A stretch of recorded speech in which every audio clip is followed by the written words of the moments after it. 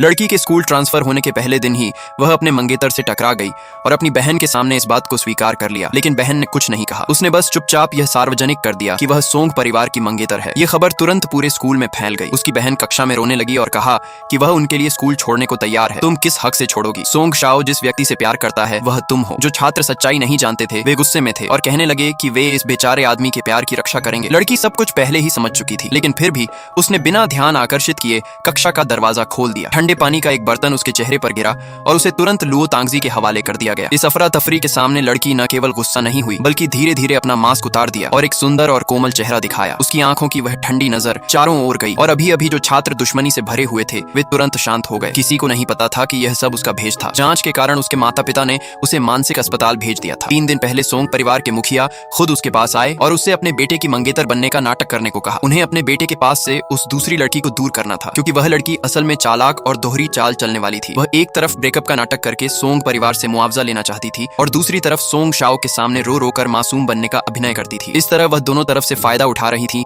और कई प्रोजेक्ट्स में भी धोखा दे चुकी थी। सोंग परिवार को पता था कि अगर यह चलता रहा तो धीरे धीरे पूरा परिवार उसी लड़की की वजह से खाली हो जाएगा। इसीलिए उन्होंने उस लड़की को ढूंढा जिस पर पहले जांच हुई थी और उससे मदद मांगी। उन्होंने उससे वादा किया कि अगर वह उस चालाक लड़की को दूर कर देगी तो न केवल उसे बदला लेने का मौका मिलेगा बल्कि भविष्य में सोंग परिवार उसका मजबूत सहारा भी बनेगा। यह सुनकर लड़की ने बिना ज्यादा सोचे यह प्रस्ताव स्वीकार कर लिया। इसके बाद सोंग परिवार की पत्नी ने तुरंत व्यवस्था कर दी कि वह गांव की मंगेतर बनकर उसी स्कूल में पढ़ने लगे। जब उसकी बहन को यह पता चला तो उसने तुरंत अपने सहपाठियों के सामने रो रो कर खुद को बेचारी साबित करना शुरू कर दिया और सबको उस लड़की के खिलाफ भड़काने लगी। लेकिन जैसे ही उसने उस लड़की का चेहरा देखा उसका चेहरा एकदम पीला पड़ गया। वह साफ साफ वही लड़की थी जिसे पहले मानसिक अस्पताल भेजा गया था। लड़की ने अपनी बहन के सामने बहुत शांत और मासूम बनने का नाटक किया। उसने धीरे धीरे समझाया कि यह सगाई बड़ों द्वारा तय की गई थी और उसने खुद भी इसे मानने से मना किया था। उसने यह भी कहा कि भविष्य में सोंग शाओ और उसकी बहन की शादी जरूर हो जाएगी। उसकी यह दयनीय और